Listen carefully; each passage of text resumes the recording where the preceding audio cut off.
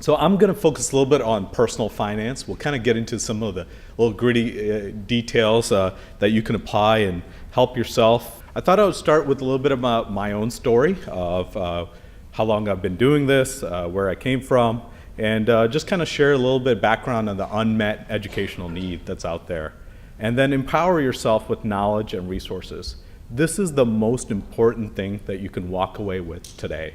The fact that there is a wealth of knowledge and resources that you ought to gain, and then also reach out to folks within your practice, within your program, over the next several years. And then we'll also end with some checklist items. So for me, this is my first real job. I started in July 2015. I'm an IR attending at University of Cincinnati academic program, fellows, residents. I also do Director of Imaging Informatics. This is my other piece that I contribute to the department, help oversee IT aspects. I also serve on the pension committee. It's a little outdated name, but it's a physician group at the hospital level and corporate level looking at physician compensation, retirement packages, all that. And then I'm very involved and interacted quite a bit with HR personnel, not just on the day of orientation, but beyond that, because they're very important as things change. And then I've started reading a lot on this aspect. In fellowship and residency, I've spent a lot of time on our GME committees. I was the vice president for a few years, overseeing some of the benefits for residents and so on, interacting with HR personnel on what you should do and take with you as you leave or don't take with you when you leave. And then after I finished my boards as a fourth-year resident, I did a personal mini fellowship, I call it, on finance, kind of getting myself caught up. You're in a whole different world of finance, of reading and knowing your radiology for a while. And then been involved extensively reviewing contracts for my colleagues as well as our residents in our program. And then I had a needle stick injury when I was a second-year resident. I was going to go into IR. My attending let me do a chest port. I had done a few of them, and I didn't really know how a Huber needle, how stuck it gets. And then, of course, as I pulled out a Huber needle, I stuck myself on a hepatitis C VA patient. And so that changed my thought process about risk mitigation as well, and then all this background stuff. And then in med school, started learning about loan types, payment options, and then on match day, and also happens to be my birthday, was the market crash. So all these kind of things, along with the undergrad background and some family medical history, shaped all my interests in this. And I thought it's important to know that context, why and where we're coming from, and why I want to share some of these things with you. Some of the ACGME input says, ACGME says duty hour restrictions to help reduce fatigue, help trainees perform at higher levels. But there's publications that stress the financial impact has a negative impact on your work performance during and after training. There was a survey sent out to about 2,000 trainees, only about 422 of you responded in 2017, suggested that literacy was poor. Some of the immediate actionable items are, we need help on budgeting, we need help on loan management, savings for retirement, life, health, and disability insurance, and then estate planning as well. So some of the things I'm going to talk to you about is budgeting in as well as out, credit reports, all the different various insurances. We'll go to each one of these just so you're familiar. Some of this may seem obvious, but some of this also may seem new to you as well. And that's the whole goal, to prompt you today. Today is not meant to be comprehensive and cover everything you'll ever need, but this is a spark and a catalyst. We'll talk about retirements, investments, education, kids savings, and then some life necessities as well. A couple other things in terms of budgeting. I think one of the most important things that it's, as part of the budget, we talk about how much we're spending and all that, but knowing your salary, your input and incoming income is extremely important. Knowing your compensations and benefits is extremely important. I'll give you a scenario where some of my co-residents who went from a PGY 4 to a PGY 5 year, but they took their PGY 5 year as a research year, and then they came back as a PGY 6.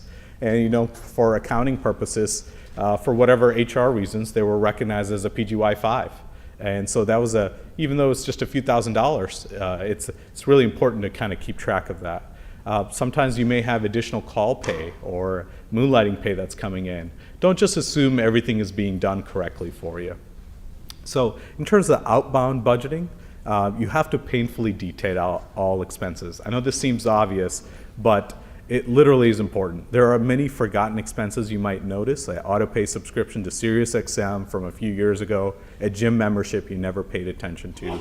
Prioritizing and paying off credit cards gives you an opportunity to look at all these things that you have. It also helps you set some realistic expectations when it comes to emergency funds, repaying loans, saving down for a down payment. And alternatively, also helps you create an impetus or nidus for maybe setting up an automatic transaction for moving things into an account so that you know that money is just being hidden away for you. Credit reports. I start with this on the front end. A lot of folks talk about it on the back end, but I think this is extremely important that you actually have to do this. This has helped me identify, and several of my colleagues help identify fraud that's been underlying or been present on their accounts. Helps you close out unused accounts, okay? The FICO score is something that's developed in conjunction with the credit reports, and this has a long impact for the rest of your life, whether you want to buy a car, purchase a new home, and the credit rating essentially determines your qualifications and your interest rates. So one of the things that we want to talk about is the hierarchy applied to finances. Just with your basic needs, the Maslow's effect, just human life and condition has certain needs that you have to meet as you escalate up along the way. And I want to spend a little bit of time on this pyramid. There's some aspects to financial planning that's just absolutely necessary. This is what is recognized as survival mode, and you're trying to essentially mitigate any risk. And so these are the things that you would be doing: emergency reserves, medical insurance for you and your family, disability insurance, life insurance, auto, homeowners, and umbrella.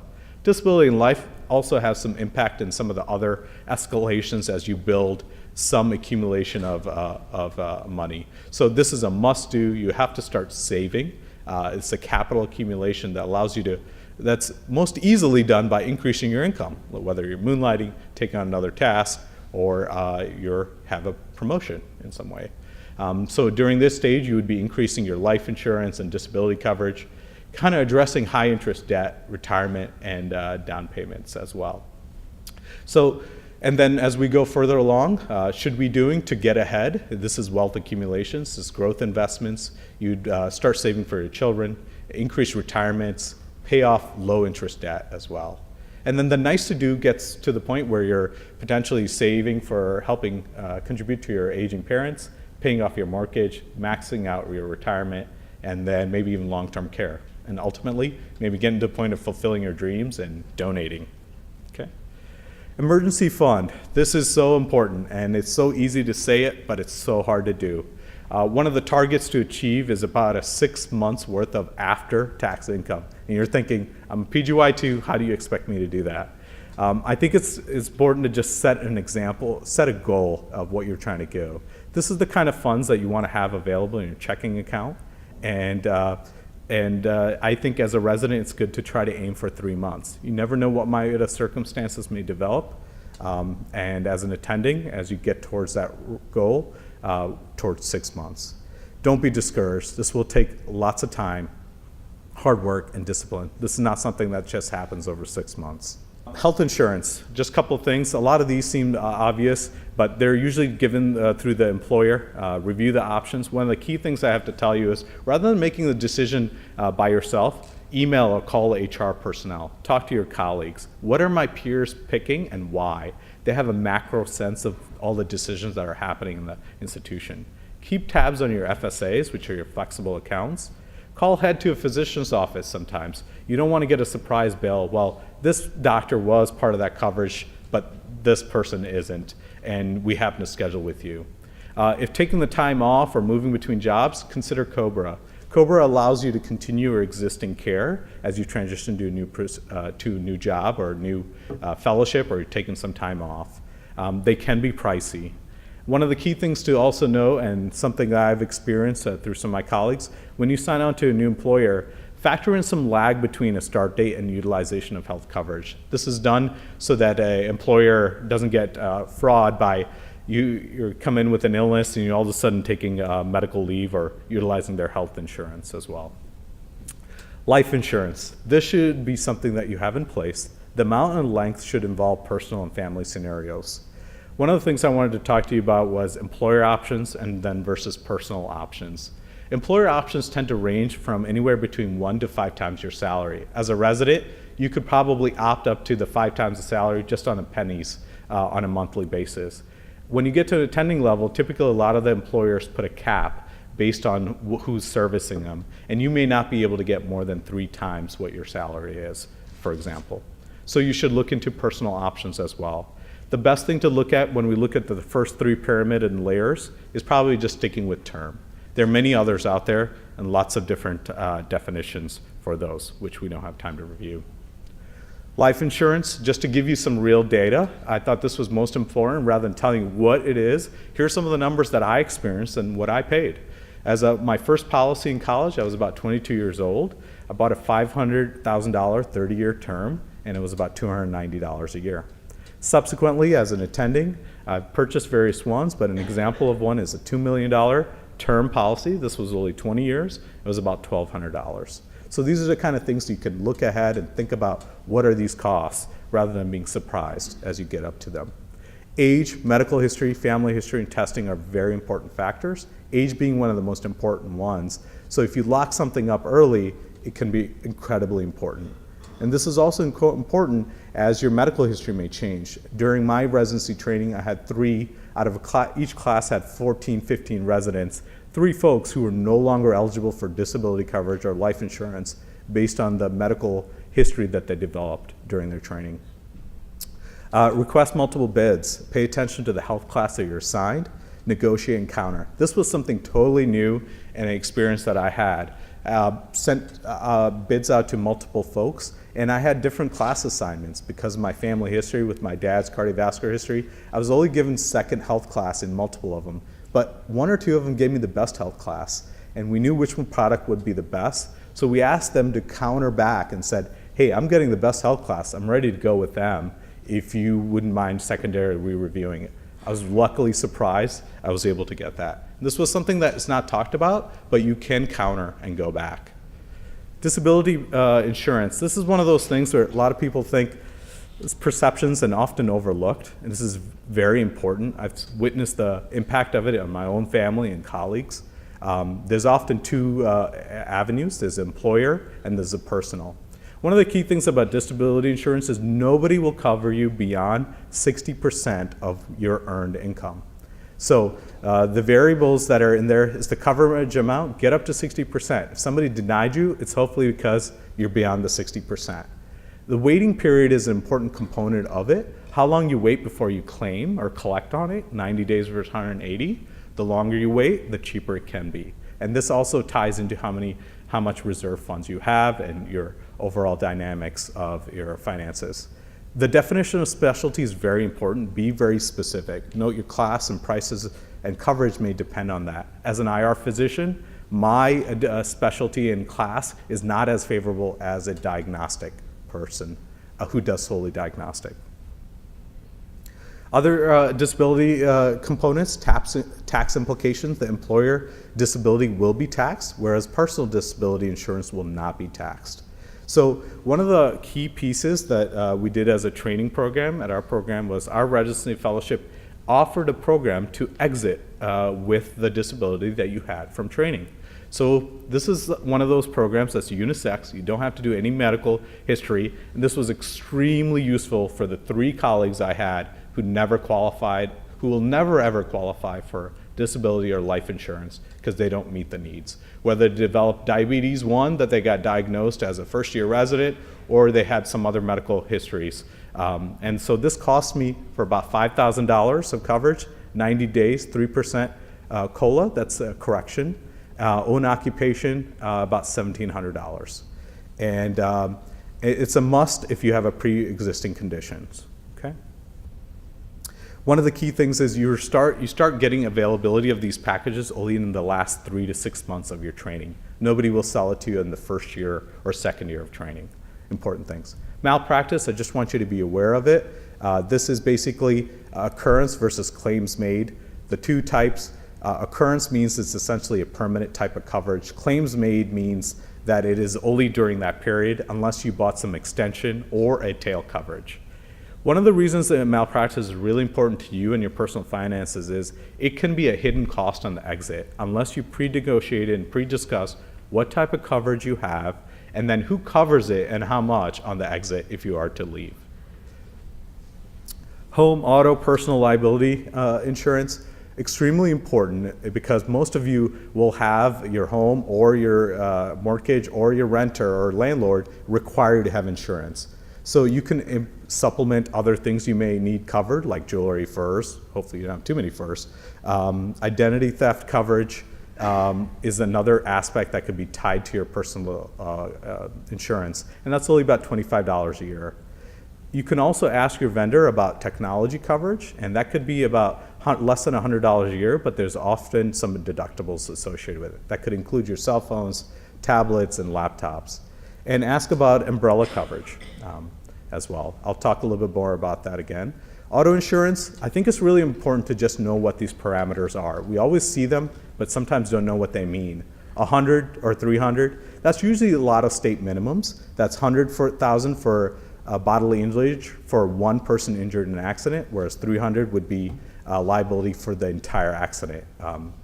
Other things to include, consider adding tow coverage. Maybe it only comes about $10 a year.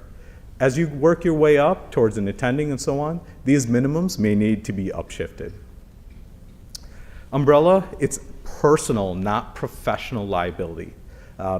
You should probably maintain at least $1 million. This is very cheap and it costs about $147 a year. Variables to consider, deductibles, reputation of the company, the service, and agents also matter. One of the things I think is really important is to shop around. Just don't take the one that's on Main Street, that's closest to your house. So I've reached and looked around and asked who's the best person in the state. In my particular case, I chose somebody that was 2 counties away.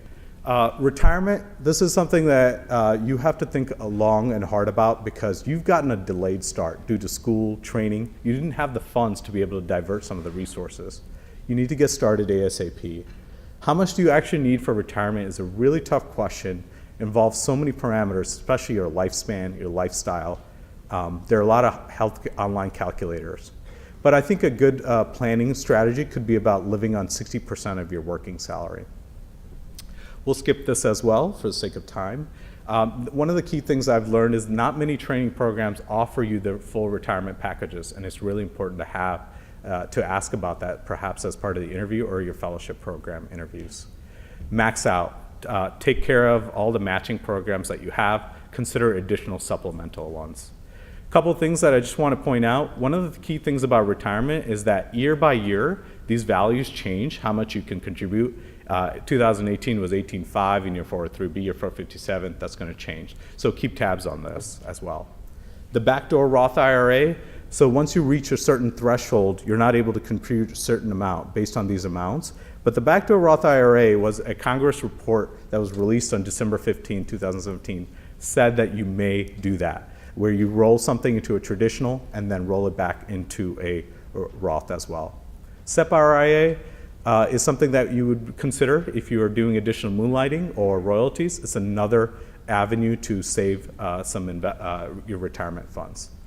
Investing is a topic totally on its own. Some of the things you need to think about is just starting on your own and perhaps later recruiting a professional. The key concept in this is diversifying. Just to know some of the things as a trainee, it is so easy to forget your accounts. For example, my wife, who was a resident at a different training program, totally forgot about the $24,000 she accumulated in 4 years until I prompted, hey, whatever happened. When I asked my local training program, he said, I have about 50% of the people who totally forgot about it and never know about it, probably because they don't want to think about training ever again. So don't forget about these kind of things. This happens quite often. College education for your kids. The key one, there's so many different plans, but there's really one most common, most popular, and that's the 529 plan. I'd definitely encourage you to learn more about it. It grows tax-free, extremely helpful. Educational loans are extremely complex. There's so many different programs on there, and what I tell everyone is that you have to look local and focal to your particular situation. Major line items, I'll just kind of go through really quickly. major purchases home. Don't be house poor. Don't base it on what you get pre-approved for. That's just kind of a lie. They want you to make you feel good that you can afford anything you ask for and want, but it should be really based on your budget as well, okay? One of the key things that I recommend colleagues who come in and even interview at our program, take 1 to 2 years before you settle down in your real home, because the cost of churning through a home and selling, you'll lose. Auto purchases, my overall recommendation is probably don't need to buy the newest car, don't get the newest lease as well. Consider buying the newest model year in a prior generation. Cars tend to come in generations, and so take the latest year in that older generation with the lowest miles, factor in reliability. Moonlighting is something that you shouldn't feel shy about. One of the key mistakes a lot of people make when they take this opportunity is they forget about the malpractice and the hidden back-end costs. If it has a tail coverage that you didn't think about, you thought you were doing really great, making $3,000 per shift, but you have to pay $50,000 and you've only made $10,000. All right. So personal things, your relationships matter a lot. Your significant other, your finances, really important to communicate, educate the family, discuss and prioritize personal, professional, and financial goals. You should be meeting with an accountant as you establish and attending, wealth managers, legal teams as well. In terms of the checklist of items that I recommend, prepare a budget in the next week, obtain and review credit card reports, which you guys have done a really good job, start establishing an emergency fund, and then evaluate your health insurance. Do you have any leftover accounts and funds that you haven't touched or don't know about?